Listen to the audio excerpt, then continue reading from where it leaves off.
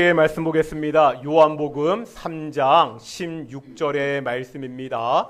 요한복음 3장 16절의 말씀, 우리 한 절 말씀이고요. 우리 암송하시는 분들도 많은 말씀이죠. 다 같이 한번 읽어보겠습니다. 시작.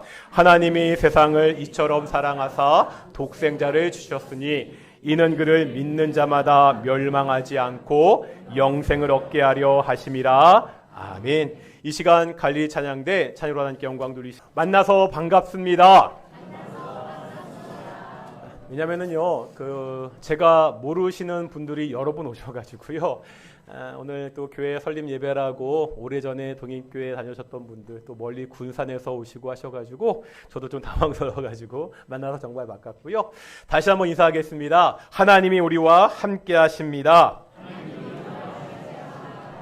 예, 오늘 동인교회 예배도 하나님의 영광의 임재가 있는 귀한 예배가 되기를 그렇게 축원합니다. 우리가 믿는 종교를 기독교라고 부르잖아요. 그런데 혹시 기독교라는 말이 무슨 뜻인지 아십니까? 기독교는 어떠한 종교죠? 한번 PPT 보여주시겠어요? 그러니까 기독교를요, 한자로 쓰면 이렇게 됩니다. 한자 읽으실 줄 아시죠? 여기서 기자는 기초, 근본이라는 뜻을 가지고 있습니다. 독자는요, 살피다, 감독하다는 뜻을 가지고 있습니다. 그러면 기독교는 근본을 살피는 그러한 종교라는 의미를 가지고 있습니까? 그렇지 않습니다. 한자에 보면 음역이라는 게 있죠. 발음에 따라 외국어를 한자로 옮기는 것을 말합니다. 예를 들어서 미국이라고 할 때 미자가 아름다운 미자잖아요. 그렇다고 미국이 아름다운 나라라 이런 뜻이 아닙니다. 이 미자의 중국어 발음이 미국을 뜻하는 영어 아메리카와 발음이 비슷해서 사용한 것입니다. 기독교라고 할 때요, 이 기독도 발음을 따온 것입니다. 헬라어에 보면 크리스토스라는 말이 있거든요. 그 발음과 유사한 것을 중국어로 찾다 보니까 그것이 기독이 되었습니다. 크리스토스, 우리말로 하면 뭐가 되죠? 그리스도가 됩니다. 그러면 기독교는 어떤 뜻이 되죠? 그리스도교가 됩니다. 기독교는 다시 말하면 그리스도를 믿는 종교입니다. 이 그리스도란 말은 익숙하잖아요. 예수, 그리스도 이렇게 많이 사용합니다. 기독교는요, 다시 말하면 예수 그리스도를 믿는 종교입니다. 그러면 이제 예수 그리스도는 어떤 뜻이죠? 예수 그리스도는 예수님을 부르는 호칭처럼 많이 사용이 됩니다.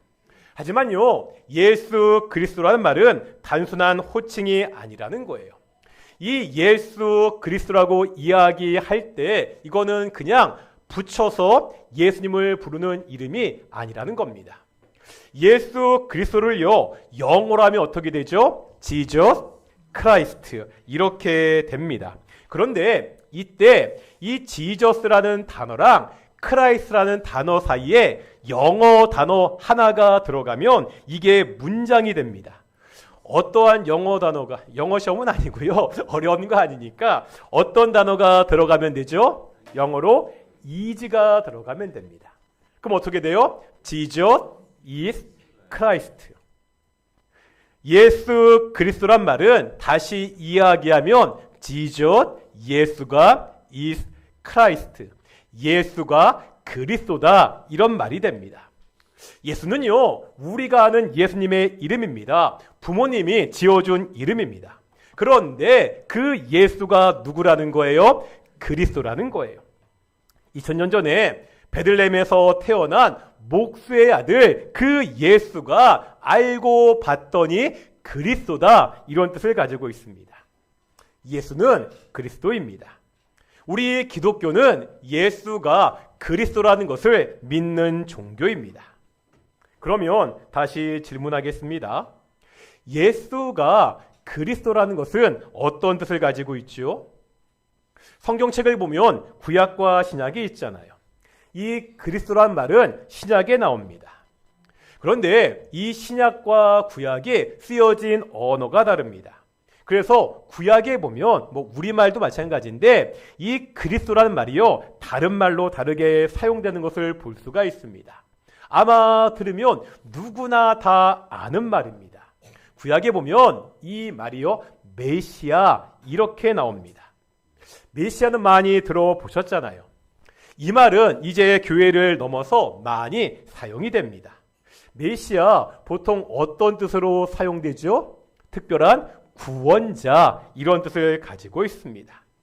그러면은요, 예수 그리스도라는 말은 예수가 메시아, 곧 누구라는 거예요? 구원자라는 뜻을 가지고 있습니다. 기독교는요, 예수가 구원자라는 것을 믿는 종교입니다. 평범한 목수의 아들인 줄 알았던 그 예수가 알고 봤더니 이 세상의 구원자라는 것을 믿는 종교입니다. 그것도 유일한 구원자라고 믿습니다. 종교다원주의라고 들어보셨습니까? 종교다원주의. 어떤 뜻이죠? 어떤 종교라도 잘 믿으면 구원을 받을 수 있다. 이런 사상을 종교다원주의라고 이야기합니다. 이렇게 설명할 수 있습니다. 종교다원주의는요, 이런 건데요. 이게 설악산이거든요. 설악산의 정상, 혹시 이름 아십니까? 가본 적 있으세요? 대청봉이죠. 설악산의 정상은 대청봉입니다. 그런데 이 대청봉에 올라가는 중요한 3가지 코스가 있습니다. 올라가신 분들 어디죠? 맨 처음에 속초에서, 맨 처음에 저기 용대리에서 올라가는 내설화 코스가 있고요. 2번째, 이 속초에서, 울산바위가 있는 속초에서 올라가는 외설화 코스가 있고요. 마지막으로 오색약수터, 오색에서 올라가는 남설화 코스가 있습니다. 이렇게 내설악이나 외설악이나 남설악이나 올라가는 길은 각각 다르지만 어쨌든 대청봉이라는 정상에 올라간다. 구원이 이와 같다고 말하는 거예요. 구원이라는 정상은 하나가 있습니다. 그런데 어떤 사람은 이 정상을 뭐를 통해서? 불교를 통해서. 어떤 사람은 이 정상을 이슬람교를 통해서, 어떤 사람은 기독교를 잘 믿어서 이 구원이라는 정상, 구원을 받을 수 있다고 주장하는 것, 이걸 뭐라 부른다고요? 종교다원주의라고 부릅니다. 하지만 성경은 이렇게 말씀하지 않습니다. 아까 뭐라 말씀드렸죠? 예수가 그리스도입니다. 오직 예수님만이 우리의 메시아 구원자입니다. 우리가 구원 받을 수 있는 다른 방법은 없습니다. 구원을 줄 수 있는 다른 이름은 없다고 가르치고 있습니다. 왜 예수님만이 구원의 유일한 방법이죠? 십자가 때문입니다. 예수님이요, 십자가에 달려 죽었다고 말하잖아요. 왜 예수님이 십자가에 달려 죽으셨지요? 우리의 죄를 대신해서 십자가에서 죽으셨습니다. 이것이 교회에서 말하는, 기독교에서 말하는 가장 중요한 핵심입니다. 예수님이 나의 죄를 대신해서 십자가에서 죽으셨다. 그 예수가 나 때문에, 내 죄 때문에 십자가에서 죽으셨다. 이것이 기독교의 핵심입니다. 성경의 가장 첫 번째 책인 창세기에 보면 하나님이 세상을 창조하셨습니다. 하나님이요, 세상을 창조하시고 가장 마지막으로 사람을 창조하셨습니다. 하나님을 닮은 가장 존귀한 존재로 창조하셨다는 거예요. 이 첫 번째 사람이 누구죠? 아담과 하와입니다. 하나님은요, 이 첫 번째 사람들을 에덴 동산이라는 너무나 풍성한 곳에 두셨습니다. 하나님과 교제하며 행복하게 살도록 그렇게 두셨습니다. 그런데 문제가 생깁니다. 사람들이요, 하나님의 말씀에 불순종합니다. 하나님의 명령을 어기고 선악과라는 것을 따먹게 됩니다. 이것은요, 그냥 과일 열매 하나 따먹었다, 이런 차원의 문제가 아닙니다. 사람이 피조물이잖아요. 피조물인 사람이 창조주 하나님을 더 이상 따르지 않겠다는 것입니다. 이 죄의 결과가 하나님의 무서운 심판입니다. 성경은요, 죄의 싹은 뭐라고요? 사망이라고 말씀합니다. 더 심각한 것이 있습니다. 이 죽음이요, 이 사망이 그냥 육체적 죽음으로 끝나지 않는다는 거예요. 신약성경 히브리서 9장 27절입니다. 함께 한번 읽어보겠습니다. 시작.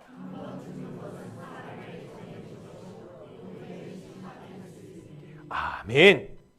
그냥 몸이 죽으면 그것으로 끝나는 게 아니라 그 후에 뭐가 있다고요? 심판이 있다고 말씀하고 있습니다. 죄를 지은 사람은 영원한 하나님의 심판에 처하게 되었습니다. 이 영원한 하나님의 심판에서 벗어나는 것, 이 영원한 심판에서 건짐을 받는 것, 그것을 구원이라고, 기독교는 그것이 바로 구원이라고 그렇게 가르치고 있습니다. 사람이요, 어떻게 이 영원한 심판에서 구원을 받을 수 있지요? 사람이 영원한 심판에 거하게 된 것은 죄 때문이었습니다. 이 죄의 문제를 해결해야 구원을 받을 수 있습니다. 이 죄의 문제는요, 사람이 자기 스스로의 힘으로 해결할 수가 없습니다. 죄인이 자기의 문제를, 자신의 죄의 문제를 해결할 수 없기 때문입니다. 그래서 하나님이 방법을 내셨다는 거예요. 하나님이 당신의 아들 예수님을 이 땅에 보내셨습니다. 죄 없는 하나님의 아들 예수님이 우리 죄를 대신해서 죄의 형벌을 받으셨습니다. 그것이 바로 십자가 사건이라는 거예요. 이 십자가의 죽음은 비상식적입니다. 세상의 모든 종교는요, 신을 향한 사람의 희생을 말합니다. 사람이 무언가를 해서 신을 기쁘게 해야 됩니다. 하지만 기독교는 거꾸로 말하잖아요. 신이요, 인간을 위해 희생합니다. 하나님이 사람을 위해서 사랑하는 하나뿐인 아들을 십자가에서 죽게 했습니다.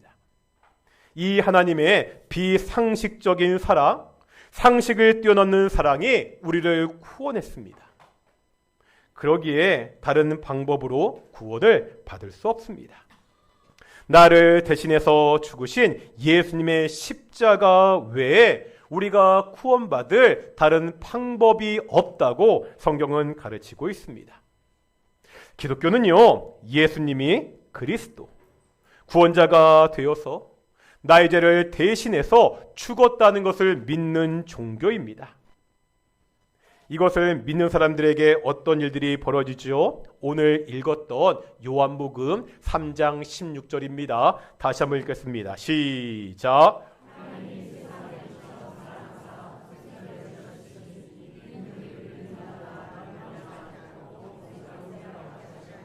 아멘. 하나님이요, 사랑으로 주신 독생자 그 예수를 믿는 사람은 멸망하지 않고 영생을 얻습니다. 이것은 그냥 죽음에서 겨우 목숨을 건진 것이 아니라는 거예요. 요한복음 1장 12절 읽겠습니다. 시작.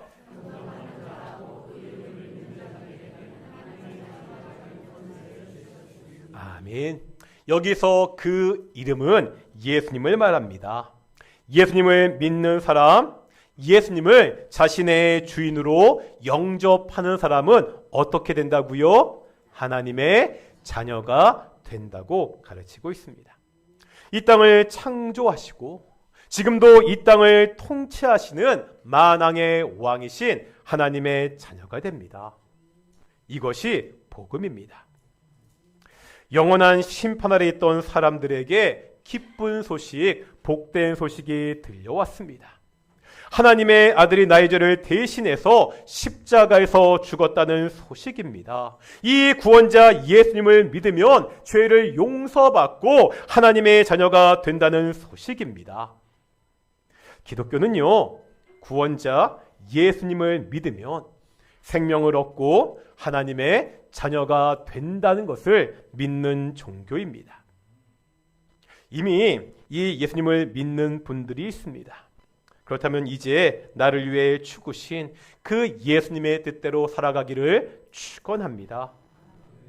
혹시요, 아직도 예수님을 믿지 않는 분이 계시다면, 아직도 그 마음에 예수님을 영접하지 않는 분이 계시다면, 오늘 이 말씀이, 이 복음이 구원자 예수님을 믿는 그 시작이 되기를 축원합니다.